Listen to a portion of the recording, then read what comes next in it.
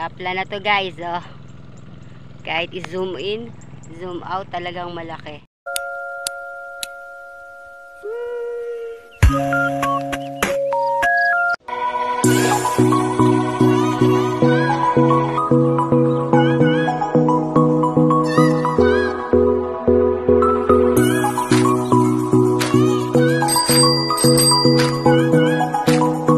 Ayan, good morning uli guys. Oh, fishing time na naman. Oh, this time uli kasama ko Tita Bening, oh. Na walang nahuli last time magkasama kami. Oh, eto yung napili naming spot. Napili din naman namin na nakaraan na magkasama kami, pero lilipat kami.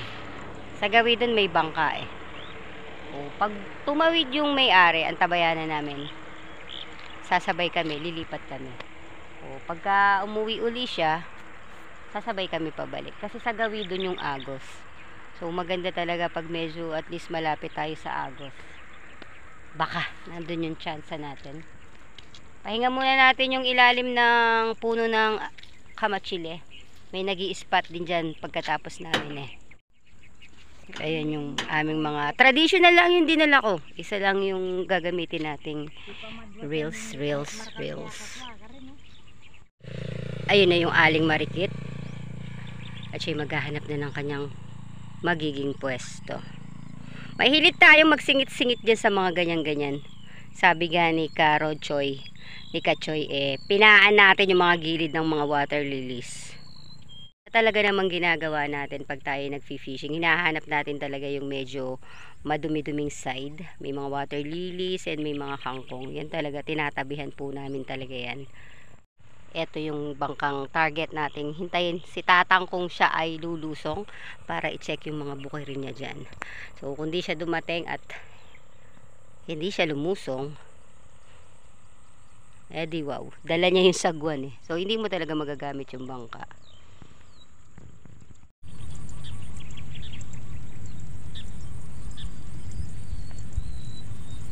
Ayan, wish ko lang magkagatan yung malalapad na tilapia kasi kung mga ayungin o maliliit, Diyos ko, ang pain ko ay yung mga rurupok lang na nanggagaling sa kanal. Doon lang natin nakukuha. So kung yan ang kakagat, wala nang aabutan ng malalaki. Wala pang ulan, kaya medyo mahirap tayo sa pagdating sa pain. Pero doon sa katulad ng napwestuhan natin last time na talagang malalapad naman, samol agad ang malaki eh. Wala na yung maraming introduction. So ayun na, tumawid na yung ating Tita Bening.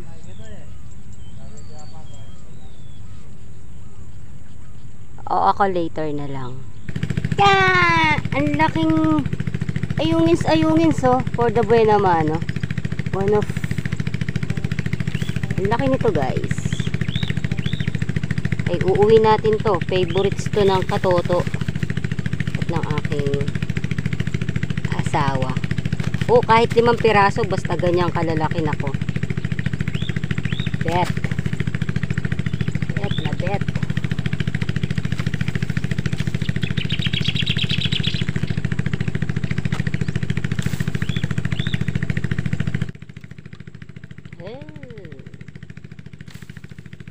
Okay, yung ating aligawi doon, oh, apakalaki ng kanyang inaangat sa kasalukuyan. Siya po ay nasa kabilang ibayo.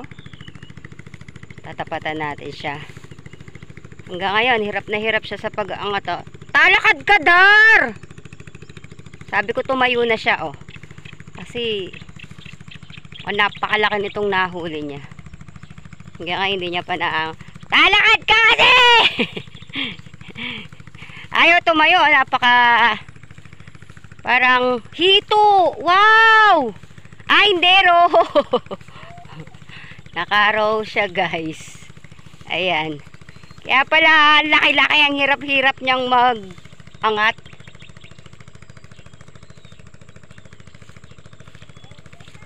Awa, roho. Rohong malaki. Siguro nasa 1 kilo.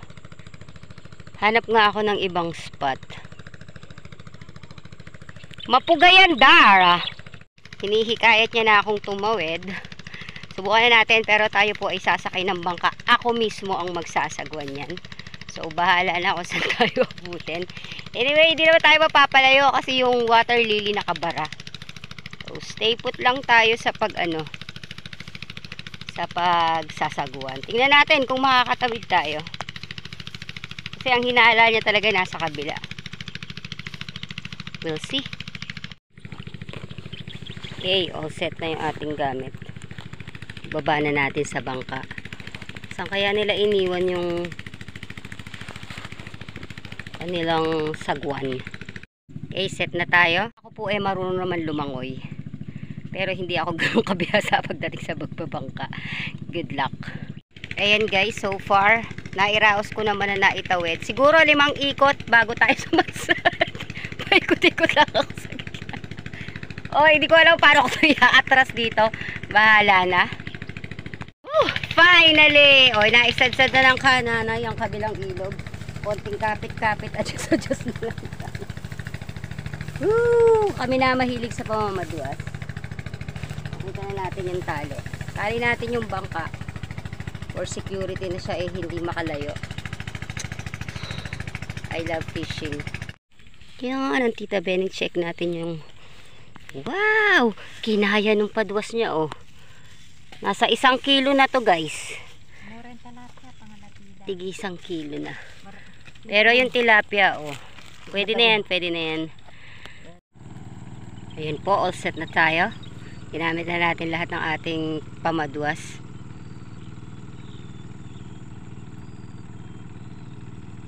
One point na ako finally ng my gosh, kanduli! Lord. Ayun guys, naghanap ako ng ibang pwesto. Doon sa choice ko kanina napakalalim. Maghanap tayo ng pinakamababaw sa parte na to. Ito ngayon.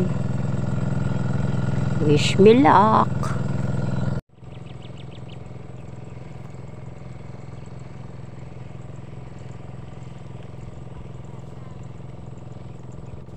Ayan ang Tita Bening, nakakarami na ang kananay. Hindi pa gumagalaw ang palutang. Finally, gumalaw din. Lampain. May pamukbang ako sa mga isda ngayon guys. Sobra tong pain na to.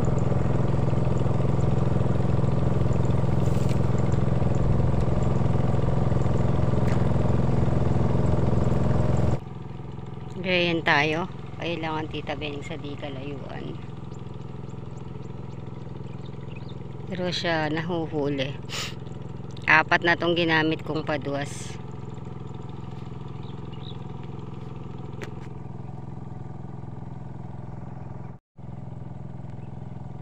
Sobrang rupok nung paing ko kasi. Bagya lang ngat-ngatin. Yun! Finally! 1 point.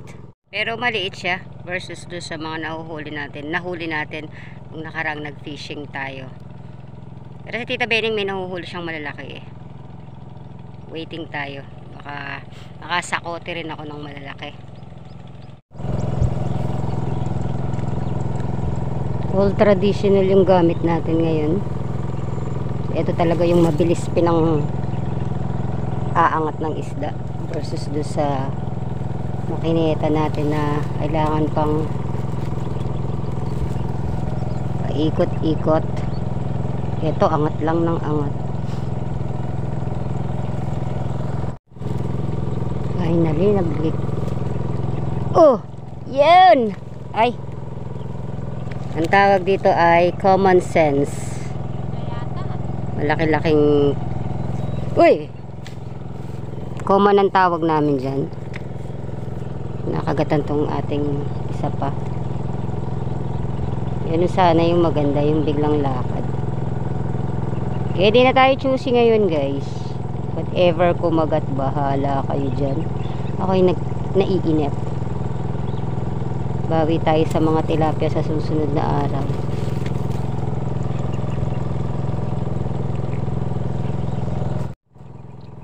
Umabit pa.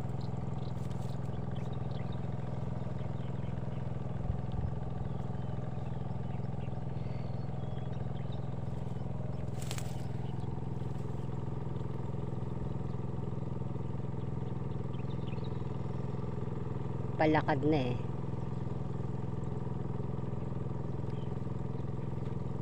Ito. Science. Kinaliwa kasi. Wait lang, tumatawagan Tita Bening at napakalaki daw nung nakuha niyang tilapia. Silayan ko muna ako yung nag-i-struggle dito sa aking pwesto. Makikimarites muna ako. May ay silang. Wow! Oh my gosh! Plapla na to guys. Grabe to oh. Plapla. Plapla na to guys oh. Kahit i-zoom in, zoom out, talagang malaki. Habang ako i-struggle sa aking pwesto, papasana all ka sa mga huli ng Tita Bening. Oh. Here. Sarap iihaw niya, no? Nagwawala-wala siya guys.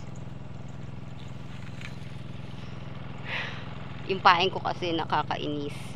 Balik na ako sa pwesto ko. Ay, sumabit na naman ang walang ya! Kainis naman! Salo ko yung kinakagatan, no? Kakasabit-sabit na ako dito. Ayan, naahon ko na lahat. Halos yung mga kuyagot. Ayoko dapat magalaw-galaw yan eh. Pero wala. Diyos ko! Itmol. Nakawalan ko lang yung nakaraang itmol eh. Itmol pa rin yung pumalit.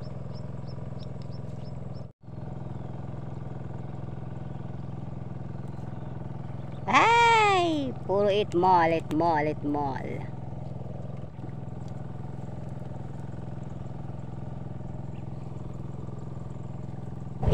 Final eh. Naka 1 point din itong ating isang kulay pulang panggilid. Medyo maliit pero pwede na. Pag naiinip ka, why not?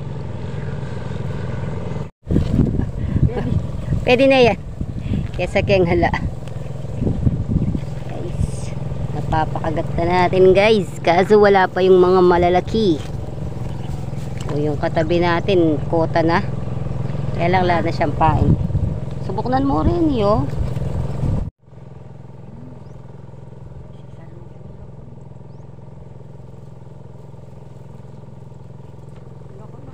Oy, wow, finally.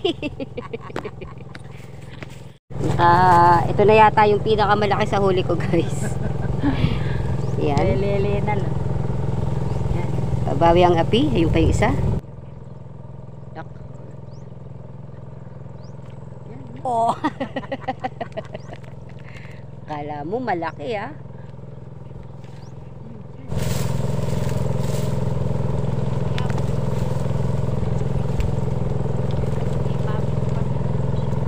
Yay! Itmol pa rin na itmol.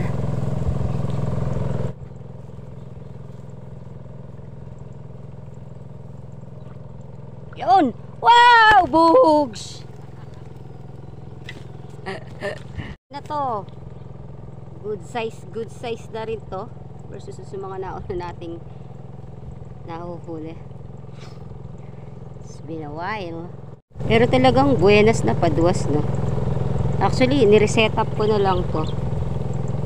Pinalitan natin ng linya, ng floater. Tapos hinabaan ko. Kasi nga medyo malayo tayo doon sa pinaghahagisan natin. Ayan, kahit pa paano napapakinabangan natin tong super rupok na pain natin. Ang Tita Bening sa kabila wala ng pain. Pero nakarami naman na siyang huli. Ako marami pang pain pero ayun pa lang po tayo bumabawi ng huli.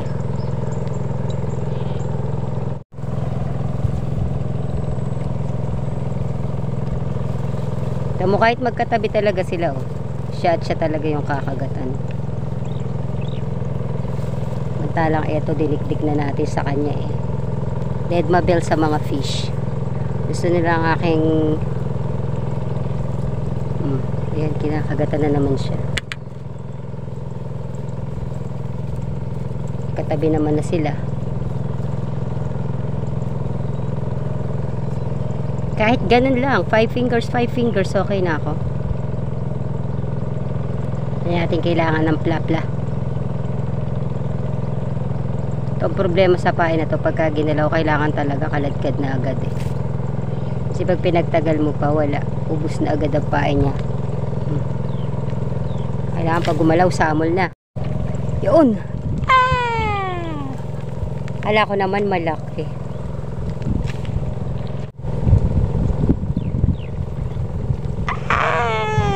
Buenas ni Bamboo Girl. Another one. Ang tataba naman nila kahit hindi sila ganong kalalaki.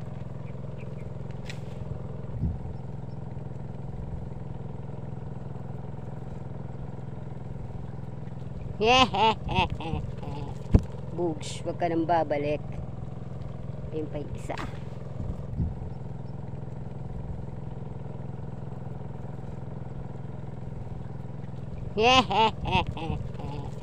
Bugs, wag ka nang babalik. Ayun pa yung isa. Yan, kasalukuyan, para na rin akong nanunungkit. Isang padwas lang ang buenas. Yung dinidedma kong padwas eh. Siyempre magbibigay ng tagumpay sa aking fishing today. Finally, nakasakote rin tong isa. Nilagay na natin siya para sayang din yung mahuhuli niya. Maliliit ang isda pero matataba. Bugs. Sana. Ay, sinabit siya pa.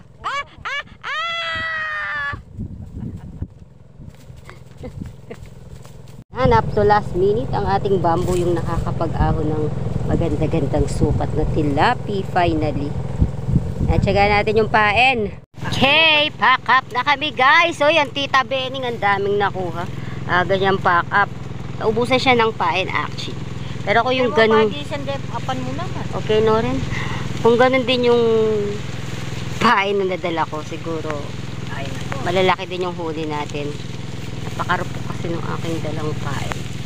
Effective yun pag doon nandun tayo sa ilalim ng kamatsili. Okay, pack up na guys. Thank you for watching. Kahit pa paano marami-rami rin sa bilang, pero pili ang malalaki habang ang kay Tita Bening ay super wow. Wow na wow. Sulit ang araw. Kita nyo naman. Mulato. Buti siguro yan ay siguro. Alam nyo na, sinaunang reyna. Lampaso ang kananay. O pitos pa lang kasi ko namamados na yan. Ang galing. Ayan o, ang galing ng ating veterans. Pero ako nalaglag ako sa tubig. Uuwi tayong ginaw na ginaw guys. Ang galing niya, samantala ako nakalimang ikot bago makatawid. Oops.